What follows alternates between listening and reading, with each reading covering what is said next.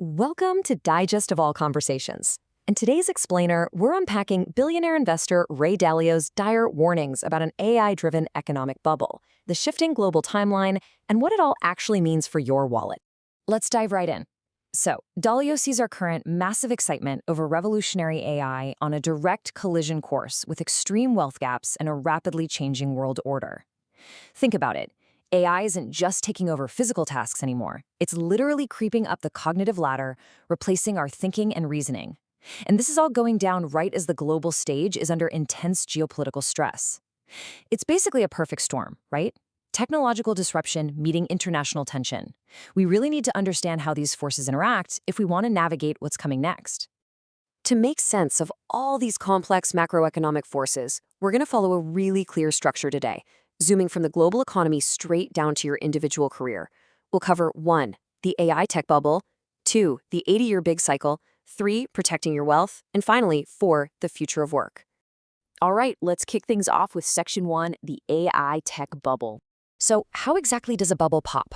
Well, it's a chain reaction. Massive excitement drives leveraged borrowing, people taking on debt to bet big. But then, say a trigger event hits, like a sharp interest rate hike, and suddenly everyone desperately needs cash. Forced selling kicks in, and that tanks the economy. Imagine you buy a $100 asset, but you used $50 of bank debt to get it. If a global panic forces everyone to sell and that price plummets to $25, you're not just losing some cash, you are deep in the hole. Now, multiply that dynamic across millions of investors. Suddenly, consumer spending completely dries up, restaurants go empty, companies start laying off workers, and the whole broader economy just stalls out. And here's the scary part. Dalio warns we're seeing the classic markers of an investment bubble right now, today, in the AI space. You've got this revolutionary tech generating just unprecedented hype. Naturally, that pulls in a huge flood of uninformed investors, what the financial world calls weak hands. They're rolling the dice, often using leveraged debt, simply because they are terrified of missing out on the gold rush. Meanwhile, tech companies are more than happy to print an endless supply of new stock to soak up all that frantic cash. When literally everyone is borrowing to bet on the exact same new thing, that foundation becomes incredibly fragile. But look, this AI bubble isn't happening in a vacuum. It's just one symptom of a much larger historical pattern. Let's get into Section 2, the 80-year big cycle. Dalio actually studied the last 500 years of history, and he found that the rise and fall of world powers tracks across a roughly 80-year timeline. It's like a giant loop.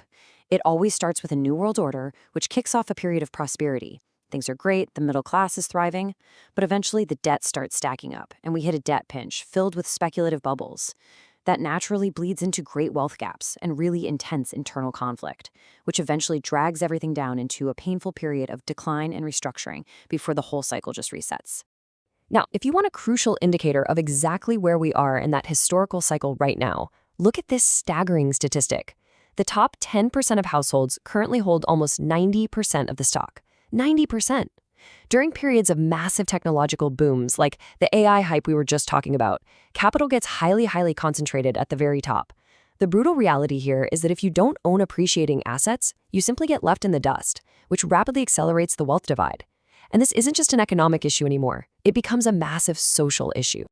According to Dalio's research, this massive wealth divide naturally leads to a total breakdown in civility and triggers extreme internal political polarization between the left and the right.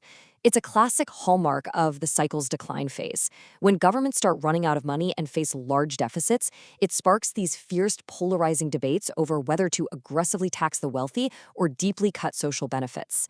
Now, I want to be very clear here. Dalio isn't pointing fingers at either side of the political aisle. He simply observes impartially that this severe polarization is just a mathematical reality of late-stage capitalism. The math literally forces the conflict.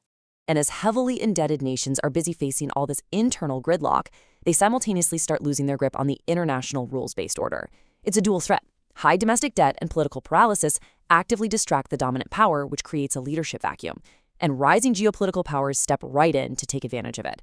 For instance, China has quietly become a larger global trading partner with most countries than the US. So the internal domestic decay and the external geopolitical decline are actively fueling one another. Okay, with these massive global shifts threatening stability all around us, how does the average person actually prepare? Let's move to Section 3, protecting your wealth. You might think, hey, I'll just hoard my cash under a mattress or keep it in a basic bank account to stay safe from the chaos. But doing that actually guarantees you will lose value over time. The source material explicitly highlights that an inflation rate of just 3.5 to 4% acts as this silent tax, stealthily eating away your purchasing power year after year. $100 today might only buy you $96 worth of groceries next year. Over a decade, that compounding loss is absolutely devastating, which historically makes cash the worst long-term investment you could possibly hold. So to survive a potential 70% drop in a bear market, Dalio argues you absolutely must build a highly diversified portfolio of non-correlated assets. It's all about balancing those risks. Stocks drive high growth and capture tech productivity, sure, but they expose you to massive crash risks. Bonds provide lending yield, but they can lock you into losing battles with inflation. Real estate offers great tax benefits and acts like forced savings, but it ties up your liquidity. And then there's gold, a distinct counterbalance that historically does really well when other assets fail, basically serving as the ultimate portfolio insurance.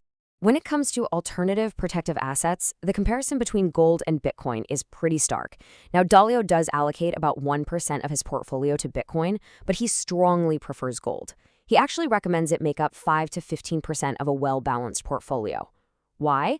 Because gold is centuries-old hard money that protects your privacy, and it's already held in massive reserves by global central banks. Bitcoin offers digital scarcity, yes, but governments can track it, and future leaps in things like quantum computing pose a severe security threat to the blockchain. Physical gold just doesn't face those technological vulnerabilities. Moving beyond just your investment portfolio, we really need to address how this technological bubble directly impacts your daily income and employability. Here is Section 4, the future of work.